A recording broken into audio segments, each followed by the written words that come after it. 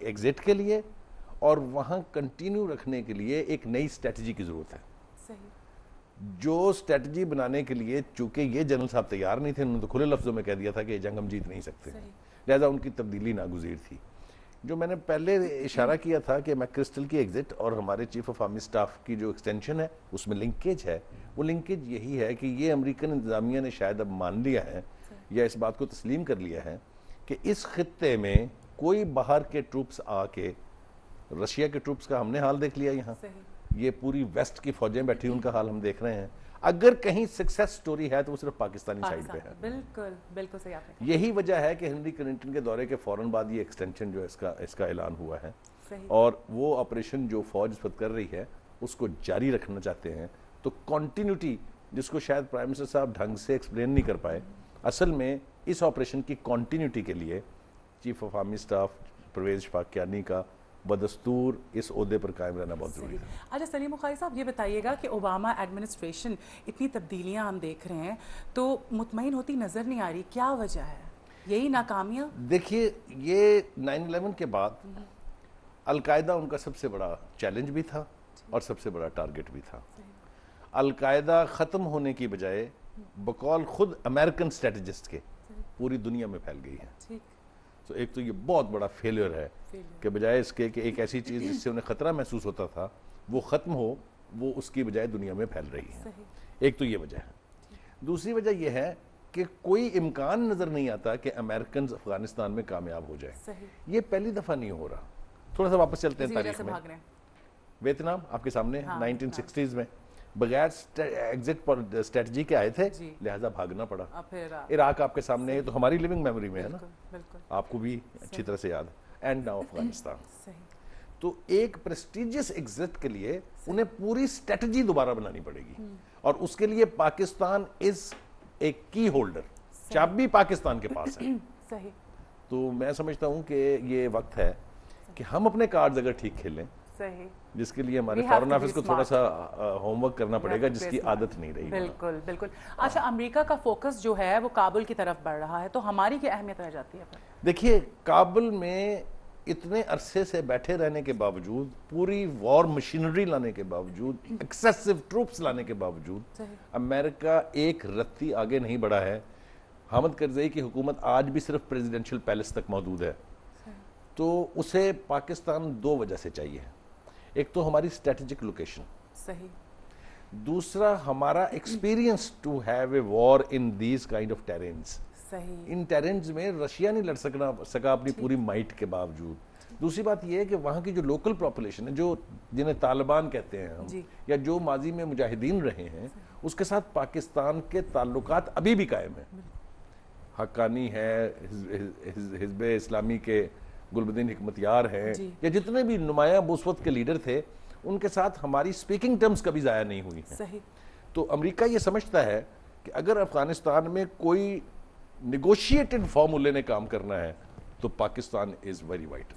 صحیح. اچھا مجھے بتائیں کہ پاکستان نے اپنا جو موقف ہے وہ بتا دیا صحیح طرح سے؟ دیکھیے میں نے پہلے بھی کہا کہ یہ موقف ہمارے فارن آفس کو بتانا چاہیے تھا. ان کو تو ناکام کرنے کی عادت ہے, نہ کچھ ہے. وہ ہمارے ایک تھوڑے شو بوائے ٹائپ وزیر خارجہ جو ہیں, ان کو اس سے فرصت نہیں ملتی کہ وہ امریکن مائنڈ ہمیں بتاتے رہیں کہ وہ کیا سوچتے ہیں. امریکنز کو یہ بتانا کہ پاکستانی کیا سوچتے ہیں شاید ان کا کام نہیں ہے. یہی وجہ تھی کہ ہنری کلنٹن کے ساتھ جوائنٹ سٹیٹمنٹ میں, اوپننگ سٹیٹمنٹ میں جو بات چیت کے دور تھا, اور بعد میں پریس کانفرنس میں, انہوں نے دعوے سے یہ کہا کہ پاکستانی قوم جو ہے وہ امریکہ کے ساتھ بہت پیار اور محبت رکھتی ہے. یہ کتنا بڑا کنٹراسٹ ہے ریالٹی سے, یہ آپ بھی جانتی ہیں, میں بھی جانتا ہوں. تو اب ضرورت اس بات کی ہے کہ ہمارا فارن آفس تھوڑا کام کرنا شروع کر دے, ایگزسٹ کرے. کوئی بہتری آ رہی ہے یا توقع کی جا سکتی ہے؟ دیکھیے چونکہ ہمارے ہاں ایک طویل عرصے سے فیصلے یا جی ایچ کیو میں ہوتے تھے یا ایوان صدر میں ہوتے تھے, اور فارن آفس تو بالکل ایک سائیڈ ٹریک پر پڑی ہوئی ایک چھوٹی سی دفتر تھا جس کا کوئی رول نہیں تھا. لہٰذا اب ضرورت یہ ہے کہ ہماری لیڈرشپ بھی گروم کرے ایسے لوگ جو اسٹریٹجسٹ ہوں, جو ڈپلومیسی سمجھتے ہوں. آپ دیکھیں ہمیں کنسسٹنٹلی مار پڑی ہے بھارت کے مقابلے میں ڈپلومیٹک فرنٹ پر. صحیح, بالکل. امریکہ میں دیکھ لیں آپ, ویسٹ میں دیکھ لیں آپ, حتیٰ کہ جو ہمارے دوست ممالک تھے, سعودی عربیہ, Iran and everything, Bharat ان کے قریب جا رہا ہے, ہم ان سے دور ہٹ رہے ہیں. صحیح, بالکل. تو یہ ناکامی ہے ہماری فارم پر. اچھا, اب ہلری آ کے اسپیچ دیتی ہیں یا باہر سے کوئی بھی آتا ہے تو آپ دیکھیں کہ ہمارے جو ہیں, میں نام یہاں پہ کیا مینشن کروں, وہ خاموشی سے سن رہے ہوتے ہیں, آگے سے کچھ نہیں کہہ رہے ہوتے.